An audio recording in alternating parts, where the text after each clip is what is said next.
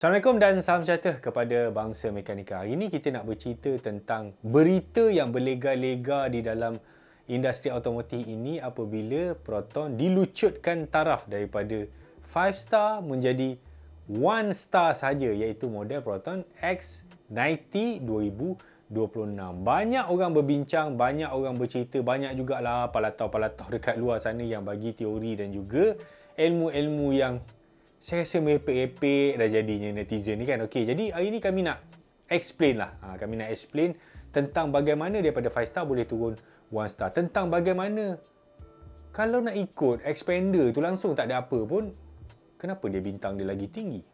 Jadi kita nak cerita tentang benda-benda ini supaya masyarakat lebih faham apa yang berlaku dalam industri dan adakah 1 star tu teruk sangat, level-level Iswara? Tak. Nanti kita akan ceritalah semua benda ni. Tapi seperti biasa kepada anda luar sana mungkin pada saja menemui channel Mekanikal Lecture. So, mereka betul subscribe, betul like dan betul dan follow kami di semua media sosial. Terima kasih.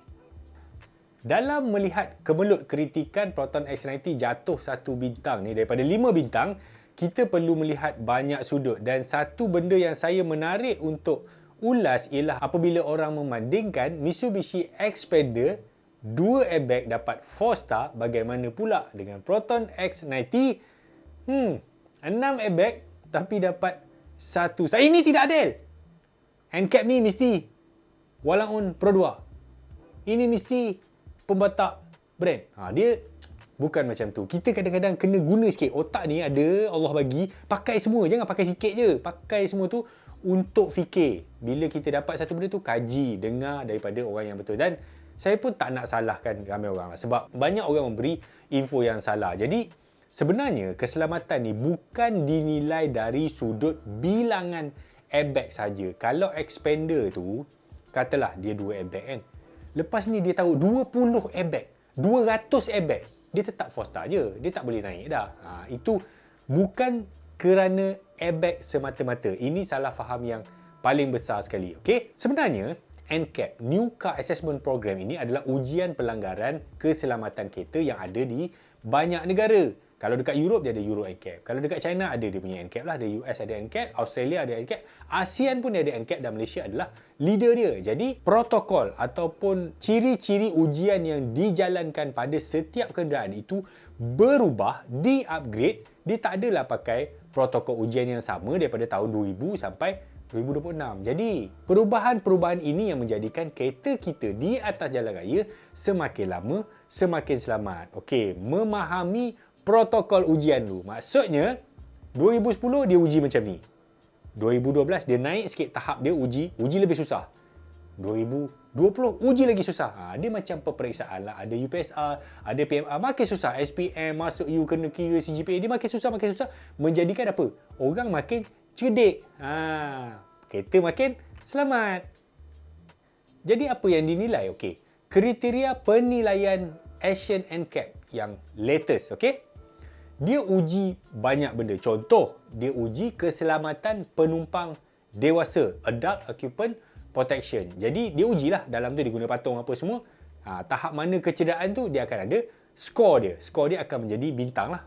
Okey, kemudian dia ada keselamatan kanak-kanak, child occupant protection. Sebab itulah ada ISOFIX, child seat apa semua. Itu yang dia uji. Kenalah bezakan orang tua dan juga budak-budak. Saiz orang tua dengan saiz budak-budak pun tak sama. Sedangkan saiz seat dekat kereta tu sama. Sebab tu dia kena buat ujian tu begitu. Kemudian dia test safety assist atau active safety. Safety yang elektronik ni lah.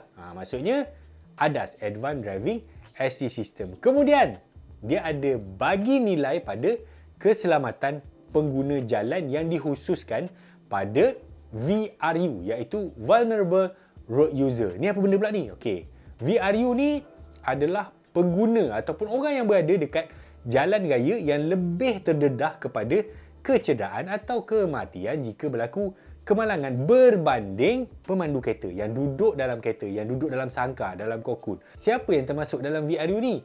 Pejalan kaki, penunggang motosikal, pengguna basikal, pengguna e-scooter, micromobility dan juga OKU yang berada di atas jalan raya. Termasuklah orang yang melintas, duduk dekat road curb apa semua. Itu juga dinilai dalam bentuk keselamatan. Okey, kenapa mereka ni dipanggil vulnerable VRU? Sebab dia orang ni dia tak ada perlindungan fizikal. Contohnya, orang dalam kereta tu lah melindung dia. Orang macam ni, dia bukan duduk dalam kereta. Dia tak ada body, dia tak ada airbag. Dia orang ni lebih terdedah kepada impact bila dilanggar. Dan dalam setengah situasi, dia orang ni susah untuk dilihat. Susah untuk kita nampak. Sebab tu ada blind spot, waktu malam lampu tak cerah, tinggi, auto high beam.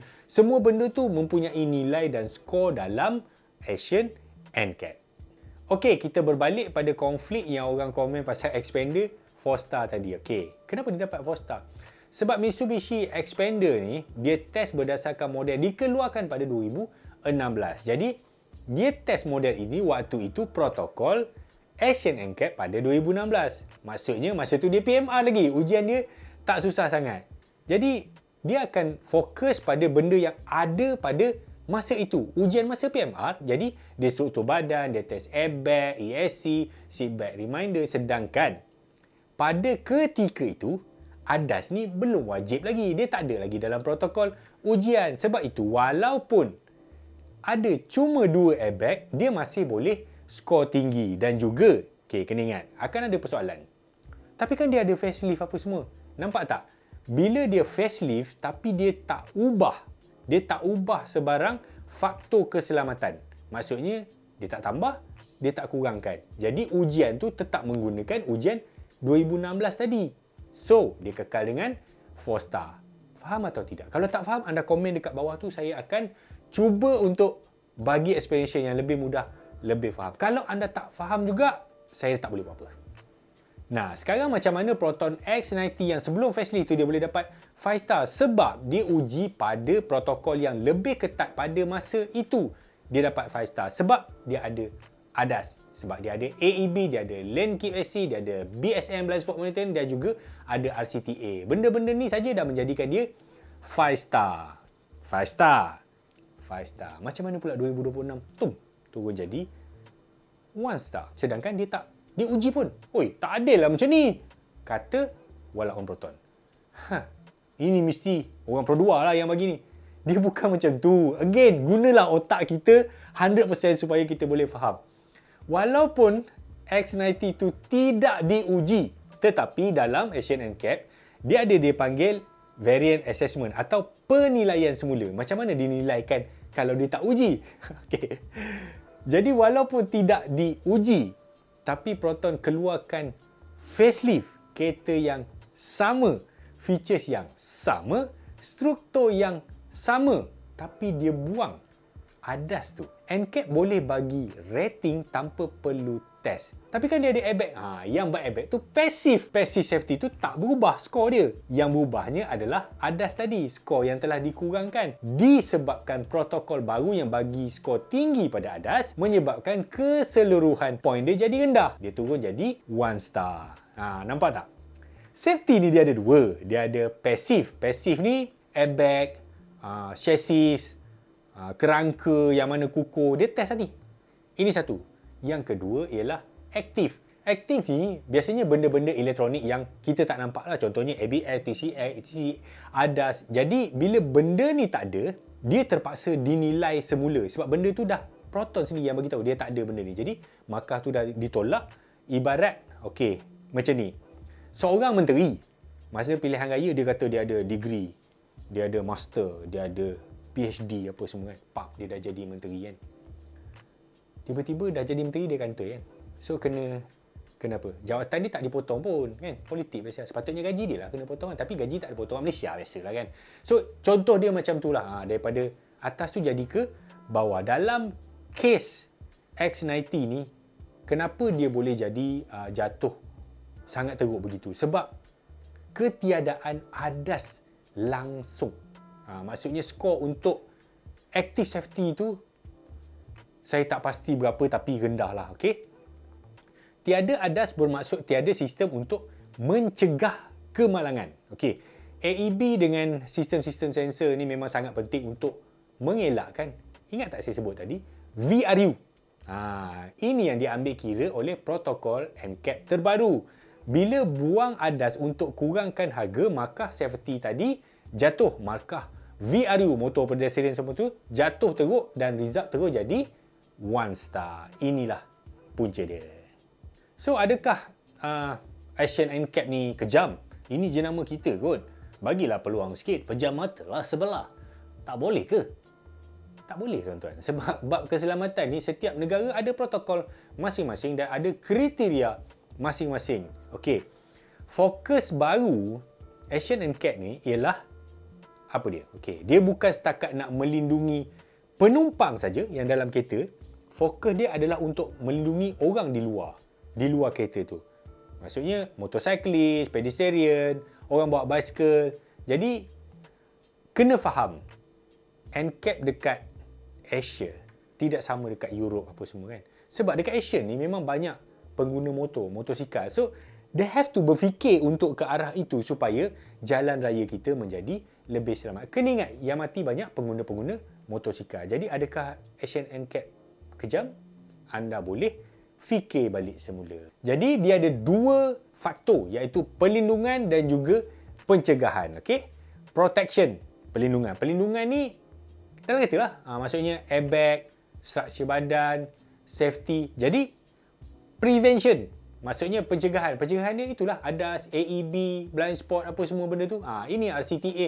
Ini akan mengurangkan kemalangan. So, adakah X90 ni sangat teruk? Tak selamat? Level-level Proton Iswara? Tidak, tuan-tuan. Tidak. Ia masih sebuah kereta yang selamat. Dari sudut crash, dari sudut kemalangan, struktur, airbag apa semua, dia salah satu kereta yang mungkin paling selamat yang ada atas jalan hari ini. Dia tak kurang sangat teknologi bab tu. Dia kurang tu bab untuk elak kemalangan. Kena faham yang Asian NCAP modern, dia punya fokus adalah untuk mengelakkan kemalangan. Maksudnya dia tak nak bagi pun kemalangan tu terjadi. Jadi rating star yang dibagi tu adalah berdasarkan gabungan protection dan juga prevention, bukan semata-mata airbag saja. Nah, nanti mesti akan ada komen-komen macam ni. Saya jawab terus-terus, siap-siap lagi. Jadi kena tengok video ni dari mula sampai habis, okey? Apa kata kalau lah kata Proton lepas ni, dia nampak dapat 5 star. Tak apalah, 2027 aku buatlah balik satu varian yang ada ADAS. Katakan dia buat macam tu, Januari 2027, Proton umumkan, okey, satu varian ada ADAS. Adakah dia akan naik balik dia punya rating dia? Tidak. Dia tidak akan dapat balik 5 star. Sebab ujian NCAP terbaru, dia akan ambil daripada varian yang paling rendah. Sebab dia kira kalau manufacturer tu boleh bagi AEB, boleh bagi ADAS kat varian atas, dia kena bagi juga dekat varian paling bawah. Sebab keselamatan bukan satu kompromi. Nyawa orang yang mahal, nyawa orang yang beli murah, sama je. Nilai nyawa dia sama. So, Asian NCAP dia ambil kira macam tu. Contoh, macam Proton Saga yang baru. Walaupun ada 6 airbag, ADAS apa semua, dia tetap uji dekat model yang 2 airbag, model bawah. Alza pun sama. Jadi Alza tu dia ambil model X untuk uji bang. Tapi dulu kenapa ada beza yang atas dia rating macam ni? Dulu lain, okey. Protokol-protokol dulu dia akan mengikut varian. Maksudnya dia test based on manufacturer bagi varian. Sekarang tak, dia akan guna satu varian saja. Okey, dia panggil single rating system. Kalau dulu kita tengok beza yang AV tu dapat 5 star, tapi yang bawah-bawah tu ada dapat 4 star dan sebagainya. Nampak tak beza dekat situ? Jadi untuk sekarang nak berlaku adil, dia buat single rating system saja. Oh, kejam lah, nampak? Akan timbul lah benda. Sebenarnya benda keselamatan ni sesuatu yang kita tidak boleh kompromi. Saya masih ingat lagi orang kuat Proton. Saya tak nak mention nama lah. Orang kuat Proton. Saya respect dia ni memang daripada dulu. Sekarang dia dah tak ada kat Proton lah. Masa tu kami pergi dekat Thailand. Masa tu Nissan dia launch satu produk di bawah jenama Datsun. Dia punya safety sangat menyedihkan. Untuk global model ni. Orang lain semua tapi satu tokoh Proton ni dia bangun, dia lawan. Dia cakap, tak boleh, kita tak boleh kompromi apa, at least kena ada ABS. Dia seorang je daripada berpuluh atau beratus orang yang datang tu melawan. Dan dia melawan Nissan. Bukan dia melawan brand-brand cak ayam. Okey. Itu selingan je lah. Di penghujung cerita je, Adakah disebabkan yang ini anda tak boleh beli X90? Jujur saya cakap tak. Anda kena faham. Kena faham situasi dan juga keadaan orang tidak sama. Okay? Katakan orang tu dia memang family besar. Dia family besar, dia perlukan kereta yang besar. Anak dia mungkin belajar tahfiz, anak ni wife ada 3-4 orang nak kena ulang-alik hantar. Anak pergi pasar apa semua. Dia memang perlukan kereta besar, tapi dia tak mampu nak beli X90 yang ada adjust. Dulu harga dia berapa? Mungkin 13, 14. Tapi dia mampu beli 100,000 dan katakan sekarang dia pakai apa? Maybe Innova, maybe Answer. So nampak tak? Anda nampak tak apa yang saya nak cerita kan? Jadi setengah orang keperluan dia berbeza. Jadi nak kata X90 tu blacklist tu tak payah beli apa semua. Banyak lagi kereta yang tak selamat atas jalan raya. Dia sebab dia Proton je. Kau mengata kan? Kalau dia brand lain kau tak mengata pula kan? Tapi untuk harga itu, package yang dia bagi, saya rasa dia still pembelian yang berbala untuk orang yang memerlukan. Jadi itu, yang last tadi tu, itu pandangan peribadi saya. Disebabkan itu pandangan peribadi, siapa yang nak kecam, sila kecam dekat bawah. Tak ada masalah. Kita boleh berbeza pendapat. Kita boleh bersetuju atau tidak bersetuju. Tak ada masalah. Cuma, jangan maki. Ini kan bila kita tak setuju, mulalah label orang tu, label orang ini, memaki sana, mencarut apa semua. Jangan. Kita raikan perbezaan itu. Okay? Alright? Sekian. Terima kasih dan selamat Hari Raya.